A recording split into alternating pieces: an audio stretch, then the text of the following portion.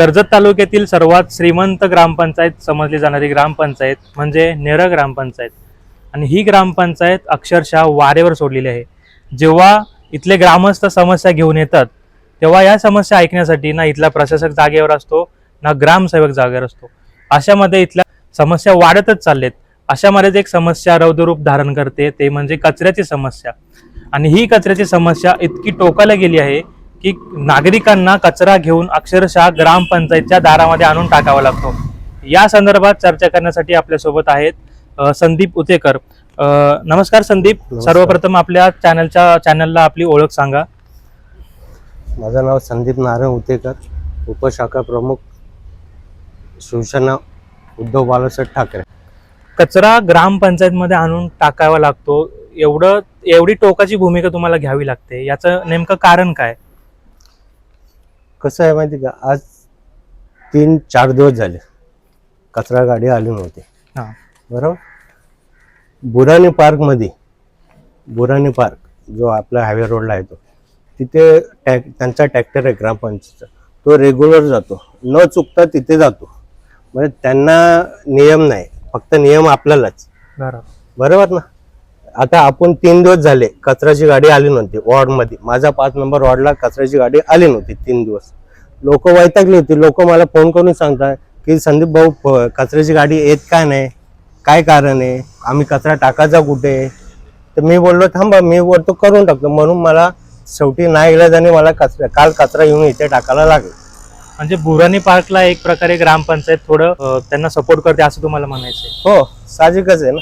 कारण रोज ग्रामपंचायत ट्रॅक्टर त्यांच्याकडे न चुकता जातो. मग नेरळमध्येच का, म्हणजे जे स्थानिक आहे त्यांना तुम्हाला हे करता येत नाही. म्हणजे स्थानिकांना प्रथम तुम्ही हे दिलं पाहिजे, द्यायला पाहिजे. आता घरपट्टी, पाणीपट्टी आम्ही पण भरतो ना. बरोबर. ते पण भरत असतील, नाही बोलत नाही आम्ही नाही भरत, ते पण भरत आहे. नियम सर्वांना लागू पाहिजे ना. त्यांना वेगळा का, आम्हाला वेगळा का, असं का नेरळवाल्यांना? मग या संदर्भात तुम्ही प्रशासक असेल, ग्रामसेवक असेल, यांना पत्र व्यवहार किंवा यांच्याशी संपर्क याच्या आधी तुम्ही साधलेला का? हो, बरेच वेळा झालाय आपला. माझे पत्र व्यवहार चालूच असतात कुठल्या ना कुठल्या विषयावरती. बरोबर. लाईट नसेल, पाणी गढूळ येत असेल, गटार साफ नाही, आज फवारणी होत नाही, आज कित्येक महिने आले फवारणी होत नाही माझ्या वॉर्डला, 5 नंबर वॉर्डला. बरोबर. मग ग्रामपंचायत मध्ये अजून अशा कोणत्या समस्या आहेत की त्या अति गंभीर बनलेल्या आहेत आणि त्या लोकांपर्यंत गेल्या पाहिजेत? असे भरपूर समस्या आहे. जेवढं आपण बोलून तेवढं कमी आहे त्या समस्या.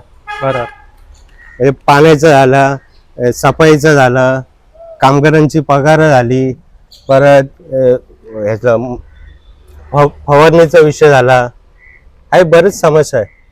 मग एवढं करून सुद्धा ग्रामपंचायत किंवा प्रशासक असतील, आता मला असं समजतंय की यांनी ग्रामसेवक यांनी काहीतरी हे दिलं, अर्ज दिलाय याचा, सुट्टीवर आहे असं मला समजलंय. म्हणून मी त्यांना विचारलं, ते बोलतं की इंचार्ज मंगेश इरमार आहे, त्यांना सांगितलंय की तुम्ही हँडल करा. पण नवीन ग्रामसेवक येणार असं काय? नाही, असं काय नाही, सुट्टीवर आहे. मग एकीकडे आता जर बघितलं, ग्रामपंचायतने अख्ख्या नेरळ परिसरामध्ये बोर्ड लावलेत की इथे कचरा टाकू नका, आणि दुसरीकडे कचऱ्याच्या गाड्या या गावामध्ये फिरत नाहीयेत. तर ग्रामपंचायत दुतोंडी भूमिका निभावते का असं तुम्हाला वाटतंय का? कसं आहे माहिती, ते बोलतं की कचरा टाकू नये, बोर्ड लिहिलंय. बरोबर. तरी लोक टाकतात तिथे. बरं, टाकला तर ठीक आहे, चला टाकला ना. आता ग्रामपंचायतने उचलून नाही होता कचरा, पण ते पण नाही करत ना. ग्रामपंचायत नाही नेऊ शकत, नेतच नाही ना ग्रामपंचायत. आता बोंबिवलीमध्ये किती कचरा असतो, तिथे ग्रामपंचायतने पाठी लावली की कचरा इथे टाकू नये, तरी टाकतात लोक. आता लोकांना सांगून किती लोक नाही ऐकत. नाही, त्यांनी सरळ की त्यांच्यावर कारवाई केली जाईल असं लिहिलंय त्याच्यामध्ये. कारवाई होतच नाही ना. मग आणि होणार पण नाही. एक तर गाडी तर येऊ दे, नाहीतर ते बोर्ड तरी नका लावू. एक दोन्हीतलं काहीतरी केलं पाहिजे. तर नेरळ ग्रामपंचायतच्या या भोंगळ कारभाराबद्दल तुम्ही असहमत असाल तर आमच्याशी नक्कीच संपर्क साधा. आपल्या या न्यूज नेक्ससच्या माध्यमातून आपण तुमच्या समस्या लोकांपर्यंत पोहोचवण्याचा प्रयत्न करू. धन्यवाद.